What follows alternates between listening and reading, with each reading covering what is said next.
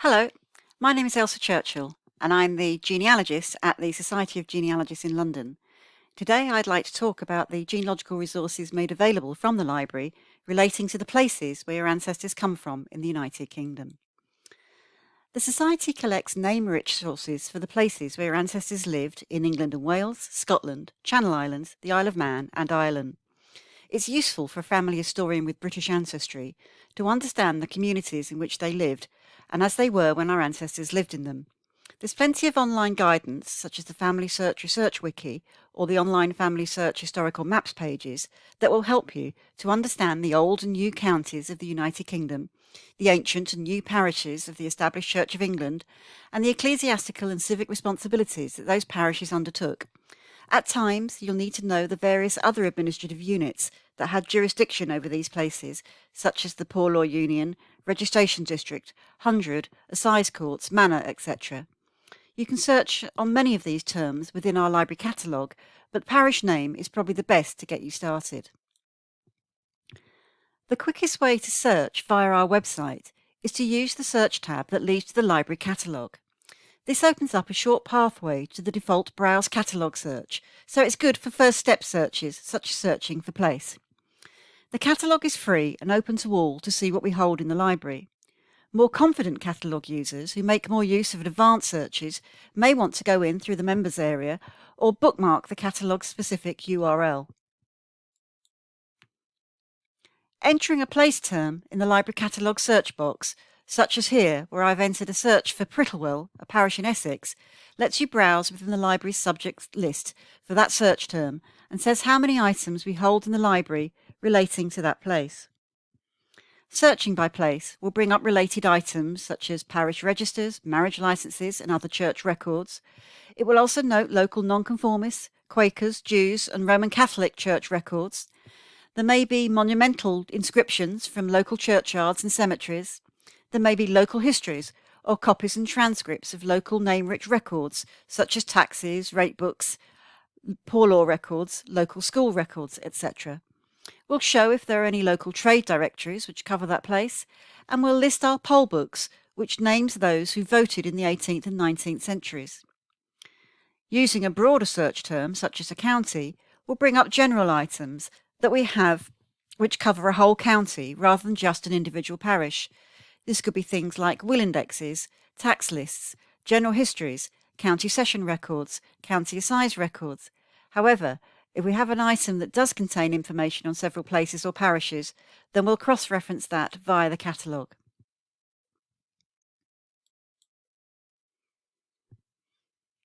The Society collects vital genealogical source materials, as well as more local and general historical information. That means the catalogue will list all the parish registers and parish records that we hold for a particular place, including copies, transcripts and indexes, which are maybe in books, book form, or copies of originals on fiche and film. We're an affiliate library with Family Search, which means there is access to their digital records and many microfilms in our library. We also have online access to the major genealogy websites like Ancestry, Find My Past and the Genealogist, and of course Family Search. Now, the parish had other roles than just to baptise, marry or bury its parishioners, and increasingly the officers appointed by the parish vestry took on a more secular role. Where there are accounts and minutes, there are details of names and events, such as the church warden's accounts that show the artisans and labourers who were paid to maintain the fabric of the church or who carried out services such as rat catching. There will be names of the parishioners who rented a particular pew in the parish. There might be the names of paupers who received some kind of parish relief, and the expenses charged by officers such as the overseers to support them, or the constables who remove them back to another place of settlement. The Society definitely tries to collect this extra wealth of local parish records, other than parish registers, especially if they're published in book form or transcribed by our volunteers. Those who could vote and those who rented property to a sufficient value were liable to pay the parish poor rate, and we collect, if we can, the lists of those local ratepayers, such as those shown here in the parish of Deal in Kent in 1827. Sometimes other records or sources can supplement the deficiencies registers might show, and indeed have extra information than can be found in the parish register. The Society of Genealogists probably holds the largest collection of what we call MIs, or monumental inscriptions, collected from tombstones and other monuments in local churchyards and cemeteries. For example, the SOG has a transcript of the monumental inscriptions recorded from the local headstones in the churchyard of the parish of Llandinarbo, made by the Herefordshire Family History Society in the 1980s. Amongst these MIs is a note of a decorated headstone, shown here, which is recorded as having an inscription on an enclosed oval panel that reads, "In memory of Anne Churchill, buried July 7th, 1716, aged 41. But this burial is not recorded in the published, or indeed the original records of that parish that we hold in the library, so the MI is, at the moment, the only evidence I have for Anne's death and burial." The Society has a huge collection of local directories, which contain lots of local information and is rich in names. Essentially, they were started to provide information for and about traders and merchants in big cities, and expanded to cover provincial towns. In the early years, small rural parishes may not be covered, but this changes by the mid-19th century and they become much fuller, and at this time street listings in cities were added too. As more people are listed, local trade directories can help to identify people at a certain time and place, with information about where they lived and what they did. You're unlikely to find working class people who did not work for themselves, such as ag labs, servants, etc., but you will find the people they worked for, the artisans, traders, professional persons, and land and property owners. You'll see local businesses advertised. Using local records together builds up more of a history of a person. The 1841 census in Hull shows Thomas Bevel, a shoemaker in Carr Lane, with his age rounded down to 65, as the enumerator was instructed. The Hull Directory in 1842 shows Thomas Bevel, a dealer in boots and shoes, at 49 Carr Lane, and supplements what we know from the census.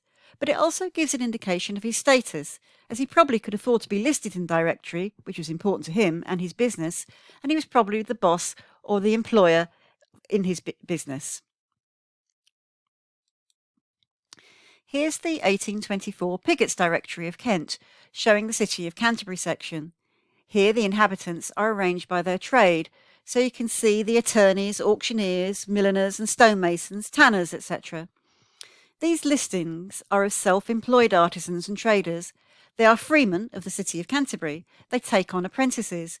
They're shown in poll books voting in elections. They pay their parish rates and the land tax, and they may be listed as jurors in the quarter sessions. So a listing in a local directory in the early 19th century will give you all sorts of clues to other sources that can be followed up. Modern directories became fuller and more comprehensive from the mid-20th century, listing most householders in the street. And as there's no census for England and Wales between 1921 and 1951, these modern directories held at the Society and listed in the catalogue will become invaluable for 20th century research. I actually remember pretty much everyone listed in this 1972 directory of the street where I grew up in Southend-on-Sea in Essex. Many of our directories are digitised and can be viewed by members in our online digital collections, searchable on our website. Digitised books or databases are identified in the library catalogue by a blue globe icon, and if you're signed in as a member, that globe links directly to the item and the online digital collections on our website. I've made a separate presentation about accessing our online digital collections at a distance, and you can view that here too. So, as part of the Society's transformation, we're looking to improve information about the library and access to our various collections. We're digitising old manuscript indexes, including our Great Card Index that has many millions of entries. We'll be digitising more local records, and there will be more scan books, starting with the 9,000 or so compiled family histories that we're scanning in partnership with Family Search. There'll be a new look and design and integrated searches for our library and archives and digital data on the website, so do keep an eye on our website sog.org.uk, where you'll find information about our online collections and the library catalogue where you can start your search. Information about joining the Society as a full or associate member, or volunteering with our projects, or supporting our work can be found on our website, sog.org.uk. Thank you for listening, and I hope you're enjoying RootsTech.